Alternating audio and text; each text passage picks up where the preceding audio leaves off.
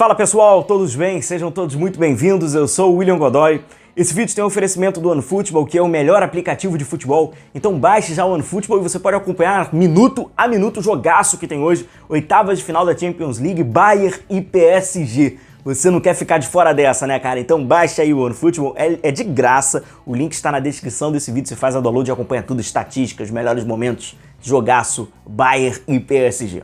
Vamos lá, galera, vamos falar sobre esse Flamengo e Fluminense, um Flamengo que aparentemente vai esboçando novidades, né? Surpresas aí na escalação do técnico Vitor Pereira. Vamos falar sobre esse confronto que começa 9h10 no Maracanã e a nossa live pré-jogo é 8h15. Então anota aí na sua agenda pra gente fazer esse pré-jogo com a escalação oficial do Vitor Pereira em mãos. Vamos debater um pouquinho sobre esse jogo que vale ali, né, simbolicamente, o campeonato, a Taça Guanabara, né, o campeonato estadual. Essa primeira fase termina agora, é a última rodada dessa fase. Vamos para a semifinal e tem ali o símbolo ali da questão da Taça Guanabara, uma conquista simbólica ali desse que, em aspas, seria a primeira fase, o que antigamente era o primeiro turno do campeonato estadual. Bom, o Flamengo vai enfrentar um Fluminense que a gente sabe como não é surpresa pra ninguém como o Fluminense joga, né? O trabalho do Diniz é um trabalho autoral, né? Dificilmente o Flamengo consegue, ao longo da temporada, cerca de quase 90 jogos,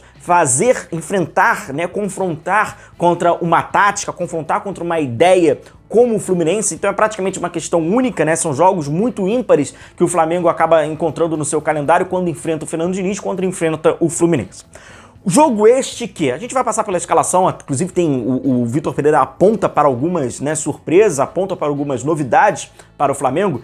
O Flamengo enfrenta um time, a gente vai trazer aqui na prancheta que se o Flamengo jogar mal, se o Flamengo não tiver taticamente preparado, tecnicamente preparado, o campo para se marcar pode ficar muito grande e o campo para se atacar pode ficar muito pequeno.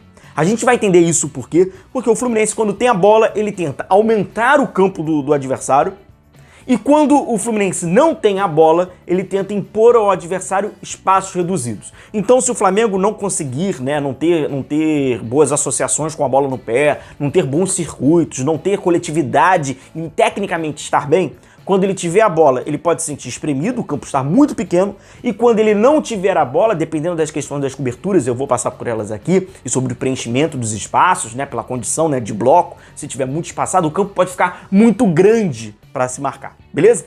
Que Flamengo é esse? É um Flamengo que o Vitor Pereira acaba promovendo novidades, né? Um Flamengo um pouco mais jovem, coloca jogadores que são, né, apontados ali como reserva, um Flamengo bem modificado. No gol, com Matheus Cunha, a defesa com Pablo, Rodrigo Caio e Léo Pereira, Mateuzinho pelo lado direito, Igor Jesus e Gerson, Cebolinha aberto pelo lado esquerdo, mais à frente, Matheus França, Arrascaeta e Gabigol. Trazendo aqui na prancheta, primeiro, a condição de posicionamento desses três defensores. Creio eu que é Léo Pereira, logicamente, pelo lado esquerdo, e aqui tem uma condição interessante. O natural seria Rodrigo Caio pelo lado direito e o Pablo mais por dentro. Rodrigo Caio tem mais essa saída, quando ele estiver sem a bola ele tem mais a questão da cobertura, ele é mais rápido que o Pablo. A única condição que pode interferir no posicionamento desses dois jogadores é no caso do Rodrigo Caio ainda tá com uma questão física, né? Ainda tá ali com uma abreviação, numa condição de jogo, talvez não tenha tanta exposição assim, seria então ele jogar por dentro e o Pablo fazer esse papel. Mas pela condição, inclusive, fisiológica, né? Todos 100%, o Rodrigo Caio tem mais esse poder de cobertura, ele é mais rápido, então possivelmente ia ter mais qualidade também para sair jogando, ele seria então mais liberado, né? E o Pablo jogando por dentro. Mateuzinho como esse ala pelo lado direito, né? Esse jogador que vai ter esse corredor pelo lado direito, e quem vai fazer isso pelo lado esquerdo é o Cebolinha. Cebolinha, então, aberto ali pelo lado esquerdo. Por dentro, um Flamengo modificado com Igor Jesus e com o Gerson. Igor Jesus que vai ter que pôr, né, caso confirmado essa escalação, a jovialidade dele em dia.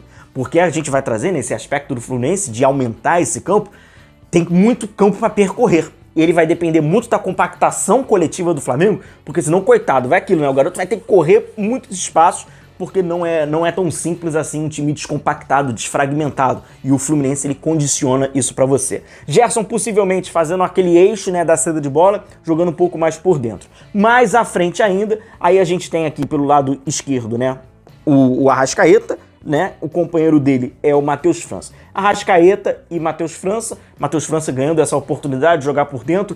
Vocês me perguntam bastante, né, sobre, pô, como é que o Matheus França joga na base? É mais ou menos por aí, tá, galera? Como esse segundo atacante, como esse meia atacante, esse jogador que vem de trás, não sendo, né, esse homem de referência, tampouco sendo um ponta. Então é mais ou menos a forma que a gente imagina aqui o Matheus França jogar, e aí mais à frente o Gabigol. Inclusive, para quem pode perguntar, poxa, e o Pedro, cara? O Pedro tá relacionado, né? Essa é a lista, né, de relacionados jogadores do Flamengo, vocês podem ver aí, o Pedro está na lista de relacionado, mas como ele não tem participado, né, diariamente da questão de física e, né, fazendo parte ali das atividades do Flamengo, táticas e físicas, pela restrição que havia da questão muscular, ele então começa no banco de reservas. William, então vamos lá, explica aquela questão, como é que é isso, cara? O campo pode ficar muito grande para o Flamengo marcar e muito pequeno para o Flamengo atacar? Vamos lá, galera. O Fluminense tem aquela questão de atrair o adversário, né? Eles circulam a bola próximo à sua área com paciência e tenta atrair o máximo o adversário. Se o Flamengo subir essa marcação e sobe de uma maneira desordenada, né, completamente desorientada, onde facilmente ele é atraído pelo time do Fluminense e a marcação não encaixa, o Flamengo tem muito campo para marcar. Então, se o Fluminense quebra essa pressão, tem que correr demais para trás. Então fica um campo muito grande para se marcar, o que é muito desgastante, seja na vertical ou até mesmo na horizontal. Então, pela característica que o Fernando Diniz imprime nos seus times, e o Fluminense fica muito claro já é um trabalho que vai se consolidando, alargar esse campo, né, ou aumentar esse campo na questão de comprimento. Então, se caso o Flamengo faça uma marcação desorientada, desordenada, é muito campo para se marcar. E William, quando você fala sobre a questão do o campo ficar pequeno para se marcar, porque o Fluminense tem aquela condição, né, de povoar a linha da bola, né, onde está a bola, né, a zona da bola. Então, no caso do Flamengo estar trabalhando com a bola no setor direito, o Fluminense desce a sua marcação em bloco, tentando espremer. Mesma coisa quando eles aumentam um pouco mais a saída de bola. Isso, naturalmente, causa desconforto, causa inferioridade se você não tiver aproximação, se você não tiver associação, se você estiver espalhando os seus jogadores, você vai ter muita dificuldade, né? Porque você vai enfrentar um time que joga de uma forma muito compacta, muito aproximada. Então, com isso, consequentemente, você tem aquela impressão de que o campo tá pequeno, não tem espaço. Se você entra, né, nessa, vamos chamar dessa arapuca, né, do Fernando Diniz, nessa arapuca do Fluminense. É um jogo que o Flamengo vai encontrar um modelo muito diferente daquele trivial e pode, mal cumprido, as tarefas do Flamengo dentro de campo, mostrar novos problemas.